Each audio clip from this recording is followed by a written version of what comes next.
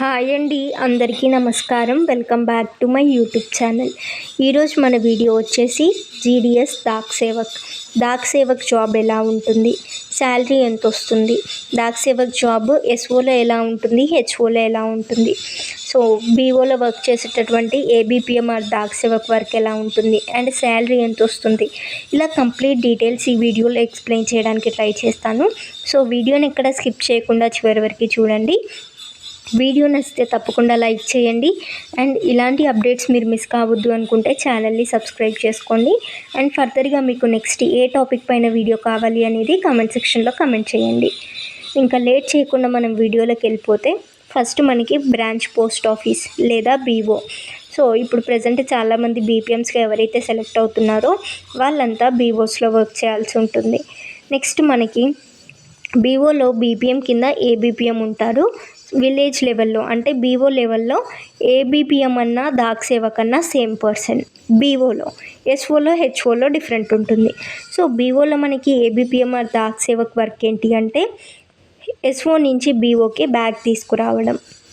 So మనకి బీఓకి ఏవేవైతే letters రావాల్సి ఉంటాయో అవన్నీ ఎస్ఓలో ఉన్నటువంటి డాక్ సేవక్ ప్యాక్ చేసి పెడతారు.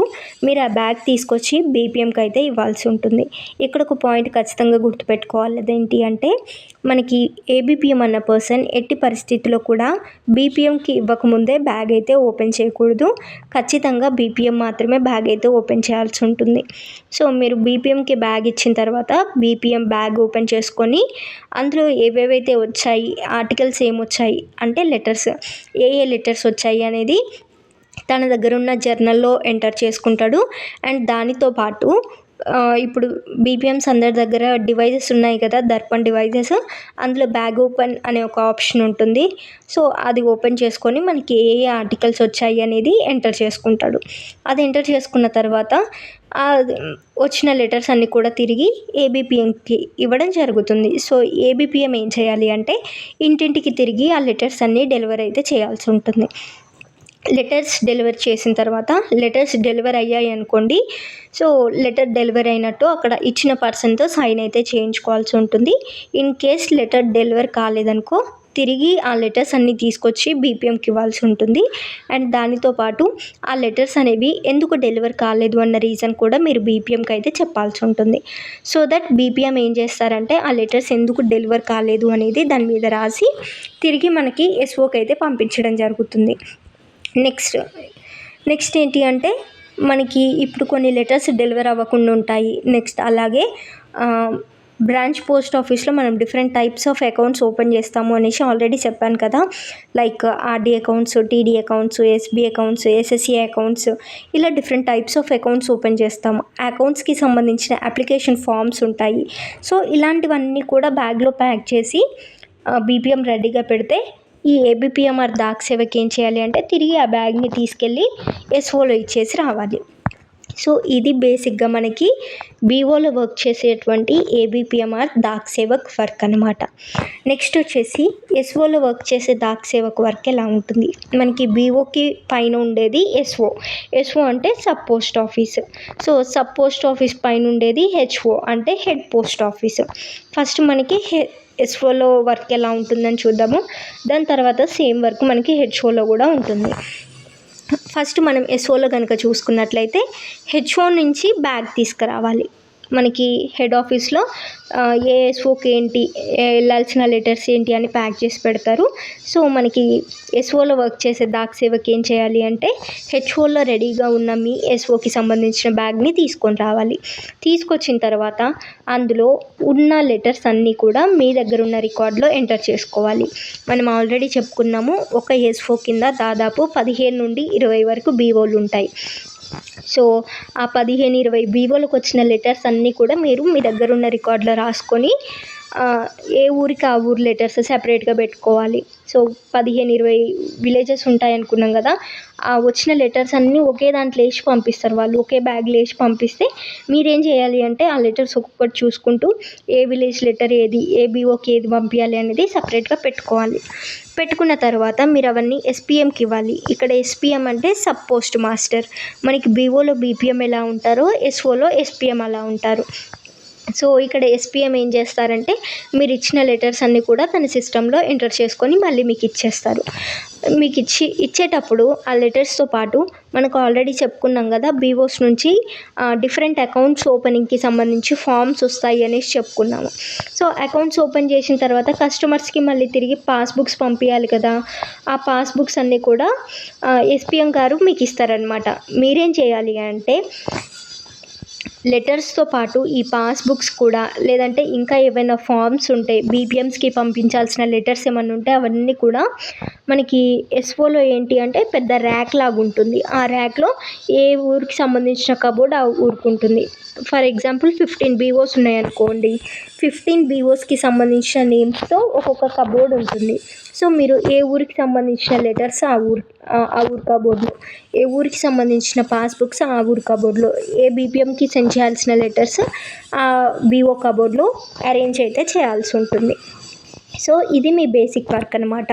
అండ్ సేమ్ దానితో పాటు మనం ఆల్రెడీ చెప్పుకున్నాం, బీఓలో ఉండే అటువంటి ఏబిపిఎం ఏం చేస్తారు, మీకు వాళ్ళ బీపీఎం ఇచ్చిన లెటర్ తీసుకొచ్చి ఎస్ఓలో ఇచ్చేసి వెళ్తాడు. అలా 15 or 20 బీఓస్ నుంచి బీపీఎంస్ పంపించే లెటర్స్ అన్నీ కూడా, బీపీఎంస్ పంపించేటువంటి అప్లికేషన్ ఫామ్స్, లెటర్స్ ఇంకేమైనా ఉన్నా కూడా అవన్నీ వాళ్ళ ఏబిపిఎంస్ తీసుకొచ్చి ఎస్ఓలో ఇచ్చేసి పోతారు.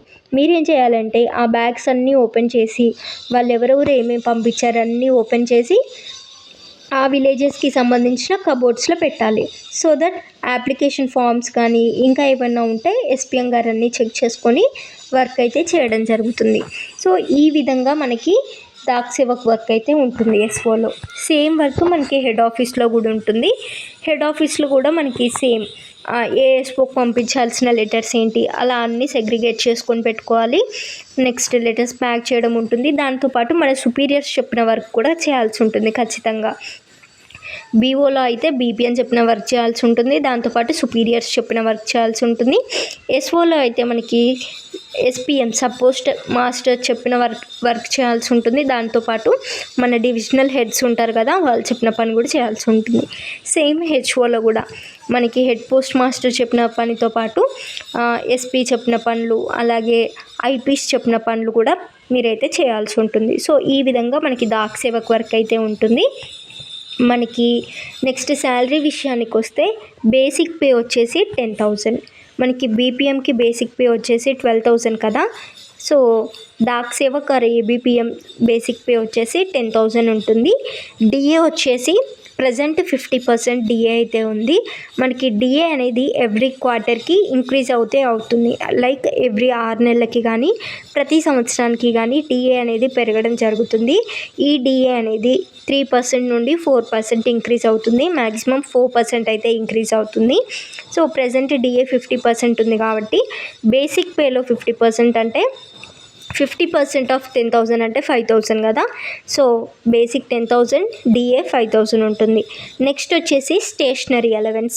మనం చెప్పుకున్నాం కదా, రికార్డ్స్లో మీరు ఏవైతే ఆర్టికల్స్ మన ఎస్ఓకి వస్తున్నాయో, బీఓకి వస్తున్నాయో, హెచ్ఓకి వస్తున్నాయో అవన్నీ రికార్డ్స్లో రాయాల్సి ఉంటుంది అనేసి అలా చెప్పుకున్నాం. కాబట్టి ఆ రికార్డ్స్ లేదంటే పెన్స్ అవి చిన్న చిన్న ఐటమ్స్ కొనుక్కోవడం కోసం ఫిక్స్డ్ స్టేషనరీ ఛార్జెస్ కింద మనకి మంత్లీ 25 రూపీస్ అయితే ఇవ్వడం జరుగుతుంది. నెక్స్ట్ మనకు వచ్చేసి సైకిల్ మెయింటెనెన్స్ అలవెన్స్. మనకి డోర్ టు డోర్ డెలివరీ ఉంటుంది అని చెప్పాము. నెక్స్ట్ ఎస్ఓ నుండి బీఓకి బ్యాగ్ తీసుకురావాలి అనేసి అలా చెప్పాం కదా. సో అలా ట్రావెలింగ్ కోసం అనేసి సపరేట్గా మనకి ట్రావెలింగ్ అలవెన్స్ అని కాకుండా సైకిల్ మెయింటెనెన్స్ అలవెన్స్ కింద 180 రూపీస్ పర్ మంత్ అయితే ఇవ్వడం జరుగుతుంది. సో మనకి డాక్ సేవక్ శాలరీ కనుక చూసుకున్నట్లయితే basic 10,000, DA 5,000, stationery allowance 25 rupees, cycle maintenance allowance 180 rupees, టోటల్గా 15,205 రూపీస్ రావడం జరుగుతుంది.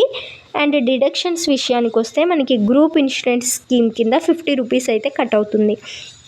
సో మనకి ఇన్ హ్యాండ్ శాలరీ వచ్చేసి 15,155 రూపీస్ పర్ మంత్ అయితే రావడం జరుగుతుంది. ఫర్దర్గా ఇంకా ఏమైనా డౌట్స్ ఉంటే కామెంట్ చేయండి. Thank you very much.